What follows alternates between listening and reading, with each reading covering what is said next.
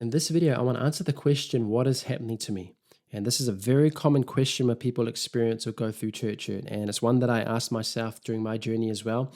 And the part of the reason for that is because you experience all kinds of emotions. You feel lost, you feel scared, you can feel like your faith is falling apart, you feel confused and isolated, you feel abandoned by God.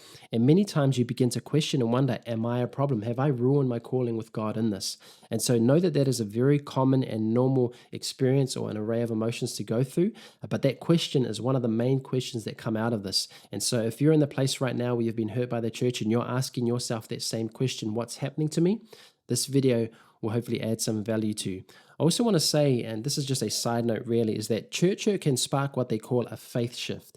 Now, you don't have to go through church hurt in order to have a faith shift. And by faith shift, all I'm meaning is that this is people who they become discontent or dissatisfied or maybe even disillusioned with institutional Christianity or Christianity as they've understood it so far.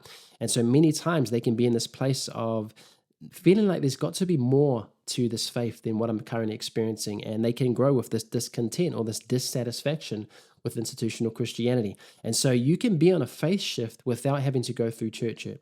And I just wanted to say that because I think it's valuable to know for those who maybe you've not been hurt by the church, but you're in this place where I am in a faith shift and I'm looking or I'm pursuing something greater than what I'm currently experiencing. And so if that's you, this video will also add a bit of value for you as well. But I do want to say is that when you and I experience church hurt, your Father is so good that alongside that, he slips in this invitation to a redemptive process that is greater than the pain you are currently experiencing. You see, if we were only presented with church hurt, then for many people, they become a victim of that and it becomes hopeless and a dead end, and there's nowhere out for them, which is a shame. But your Father is so good that he slips in this invitation to redemption so that you are not falling to a victim, but rather you become a victor in him, overcome the hurt, and can move into the greater and deeper realities that many times he's actually calling us into. You see, for every perceived problem that you and I ever experience in life, not just in church hurt, but in any problem, with every problem, he already has a corresponding promise in place that invites us into redemption and overcoming and maturity. So it is a good thing. Your Father is so good, he is so wise, and he is in the business of redemption. Now, before I can answer this question of what's happening to me, it's helpful to paint a bit of a backstory of what usually goes on and bring us to this place right now in this question that we're asking. So when you and I first come to faith, we have this moment, we discover Jesus, and it's a beautiful thing. It's like the beginning of a romantic relationship. You'll know what it is when you think back to your journey, but it's a beautiful thing. It's full of bliss, it's full of love, it's full of goodness, full of joy, and full of life. And it's just a wonderful thing to know that there is something greater in life than what I'm currently experiencing. What typically follows that is we now seek out people who are like-minded in this. So what this typically looks like is that we join a local church and we find like-minded people and they're able to put language to our experiences. And it's just a beautiful thing to be able to walk with community and people who are on this journey, this romantic journey together towards growing in relationship with Christ. So overall, it is a very positive experience.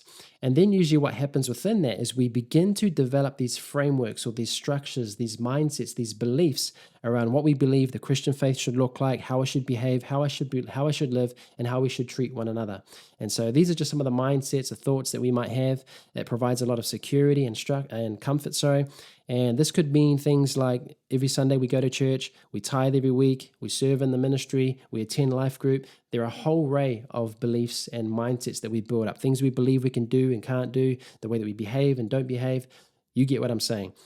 In short, all we're doing though, what happens here is we develop these frameworks that provide security and comfort and also a basis for you and I to flourish and grow. So overall, it is a positive thing. Then you experience church hurt. And what happens here, and this is where this question comes from, or what's happening to me, is that that framework that you have built and developed over the years now gets challenged. It's almost like everything that you've believed, this framework that you have held and lived by for so long gets flipped on its head, and it can be very, very unsettling. And for a lot of people, it's very disorienting and it can be very scary at times. And that's just a natural process or outcome when your frameworks that you once lived by now get rocked, shaken, and challenged. And this is one thing that I actually cover in my Revive coaching program. And I help people to understand where they are, what's going on, that they're not lost and they're not alone, and that there is actually a redemptive process out of this as well, which is a good thing. And I believe an important thing. And it's almost like the things that you once clung to, these frameworks that you once clung to in order to relate to God, it's like they get stripped away. And now you have to learn how to cling to God alone. And so many times you and I will have these things that we cling to. For example, we may have this belief that I have to go to church every Sunday in order to be a good Christian or in order to be faithful to God. And so if that's your framework and then you experience church which takes you out of the four walls, that can be very difficult to confront and to deal with. Or maybe you're one who's been so used to, feelings. And when I say feelings, I'm meaning like the goosebumps, the tangible feeling of God.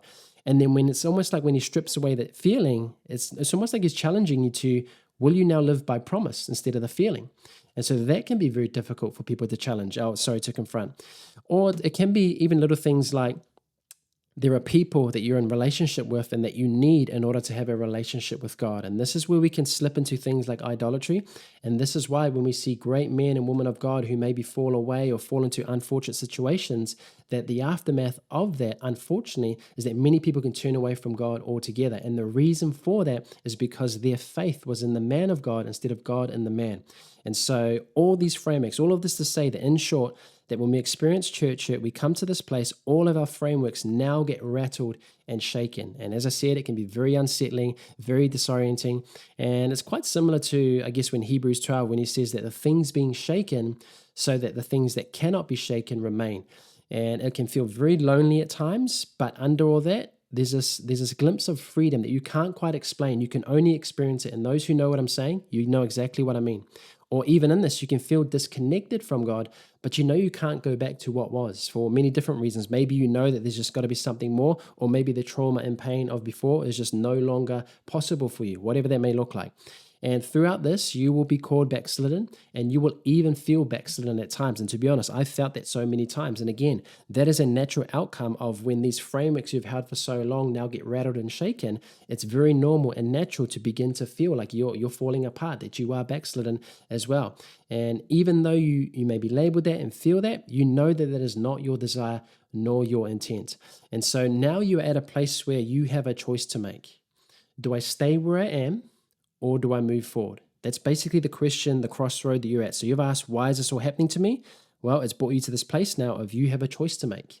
And renowned author Henry Nouwen, he illustrates this journey from what he calls the old country to the new country and explains it like this. You know that what helped and guided you in the old country no longer works, but what else do you have to go by? You are being asked to trust that you will find what you need in the new country. That requires the death of what has become so precious to you, including influence, success, yes, even affection and praise. Trust is so hard since you have nothing to fall back on. Still, trust is what is essential. The new country is where you are called to go, and the only way to go there is naked and vulnerable. And so for many people, what this can look like, and this is just an example, this is not a must. I'm not saying this is what you have to do. But for many people, when they experience church, part of that journey toward the new country in this example, this may look like leaving the four walls. And for some people, they may leave just for a time in order to heal. For some people, they may leave altogether. An example from my story is that I stepped out of the four walls for a 7-year period. During those 7 years, I went through all the emotions that I shared, or I went through all the difficulty, the pain, but then I also came to a place of healing, forgiveness, and even reconciliation. So it was a beautiful, redemptive thing. And again, I had to choose that. And that's a choice that you've got to make as well. But I came out of the four walls for a 7-year period. After that, I was then invited into a local church where they asked for support and help around their youth and young adults and just basically being a part of that ministry for a time. My wife and I prayed about it. We felt like, yep, this is what God's want us to do. So we stepped back in. We're in there for 2 years. And then a few months before 2020, we felt like God was calling us out of the four walls again. We couldn't quite understand it, but we just felt that was the case. And so we stepped out. We plugged into the community. We're part of a home church network. And then sure enough, a few months later, lockdown hit. And this is obviously where they shut down our churches and now people were forced to either meet in homes or whatever. But we were already ahead of the game, which is a great thing. And so all of that to say is that for many people, what this choice can look like or what this new country journey can look like is actually stepping outside of the four walls. And if that is the case for you, if that is what God is calling you to, you must be free to do so. Because I know that there is often this misconception within Christianity that you have to go to church in order to be a good Christian, or if you're not going to church, you're not walking with the Lord. And it's simply not true. And so if you're in that place, you must feel free to do so. I know that there can be guilt around that, it can be difficulty around that. Again, those are part of the frameworks that we're brought up with, and those frameworks have been challenged. But you must know that you must be free to be able to do that if that is where the Father is calling you. And again, it was my journey. For majority of those that I coach through, that ends up being the case as well. Some of them step out for a season and then go back. They go back healed and much more mature. Some of them step out altogether. And in fact, one current client has just felt the Lord say to her that it's time for her to step out of there. And so if that's part of the process and journey for you, then you must be free to walk that out with them. And again, it is unique to each and every one of us. It's not the same. You can't cookie cutter this, but it's unique to all, and you must be free to walk that out if that is the case. And part of that means letting go, which is very difficult, because you're letting go of people, you're letting go of relationships, you're letting go of comforts, and you're even letting go of history to step into something that you don't know what fully looks like yet. And that can be very hard and very difficult, and it takes immense courage to pursue. And so as you move through this, you must be free to do so. And I also want to say to you that you can always trust his heart even when you cannot trace his hand. And so what's happening here, I believe, for majority of people is that they have been called to deeper and richer experiences with the Father himself. Alongside that church hurt, as I said, there is this invitation to redemption. But not just redemption, there's also this greater reality where he's getting you to relate to him separate from your performance, separate from frameworks that you've once set up, and know what it is to be a beloved son and daughter of him. And so for those who know, you understand what I'm saying when you're asking this question, what's happening to me? This is a good thing. You are not alone. You are not going crazy. And this is very common and very normal. And this is part of the reason why I am in this space, because there are few people who've modeled this for us. It's similar to what Paul says. You have many teachers, but few fathers. And I guess in some ways, I'm having to become a father in this space. And I help people to walk out this process because it's a process that I've walked through in its entirety myself already. And so that's really my heart here, is just to help people to navigate these unknown paths, these difficult moments where it can seem like doom and gloom.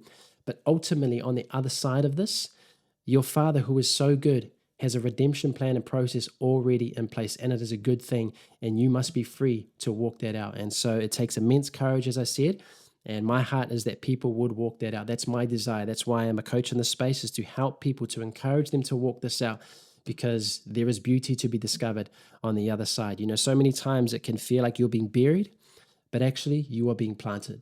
And so if you're in this current space right now and you are asking the same question, what's happening to me? Let me summarize by saying you've been called to greater. There is a redemptive invitation here. Take the invitation, walk it out. You won't know where it goes. It can be very difficult at times, and your process will be very unique and very different. But you have a good Father who is on your side and who knows how to make all things work for your good. And you can always trust his heart, even when you cannot trace his hand. And so if that's you and you want to chat about this, or you want to talk more as well, feel free to click the link below, and that'll take you to my Instagram account. Send me a message there and you and I can chat. We can talk more about your journey and what's happening for you. But most of all, my heart, my desire is that you would know you are not alone, you're not going crazy, and there is good in this if you choose to follow it. Now, let's say that you choose not to take this path. You are still loved. You are still blessed. And it's okay. And you don't have to feel any pressure to go either way. But my heart's to encourage you that there is more in this. There is greater on the other side. And you don't have to be paralyzed by this. And you don't also have to retreat. But even if you do, even if you choose that, it is okay. And it is all good. So I hope this helps. Bless you. If you want to reach out, again, hit the link below. Send me a message on Instagram. Would love to chat with you. But most of all, your Father is so good to you. And there is so much goodness awaiting for you on this other side of church. You don't have to stay here. There is more for you to discover.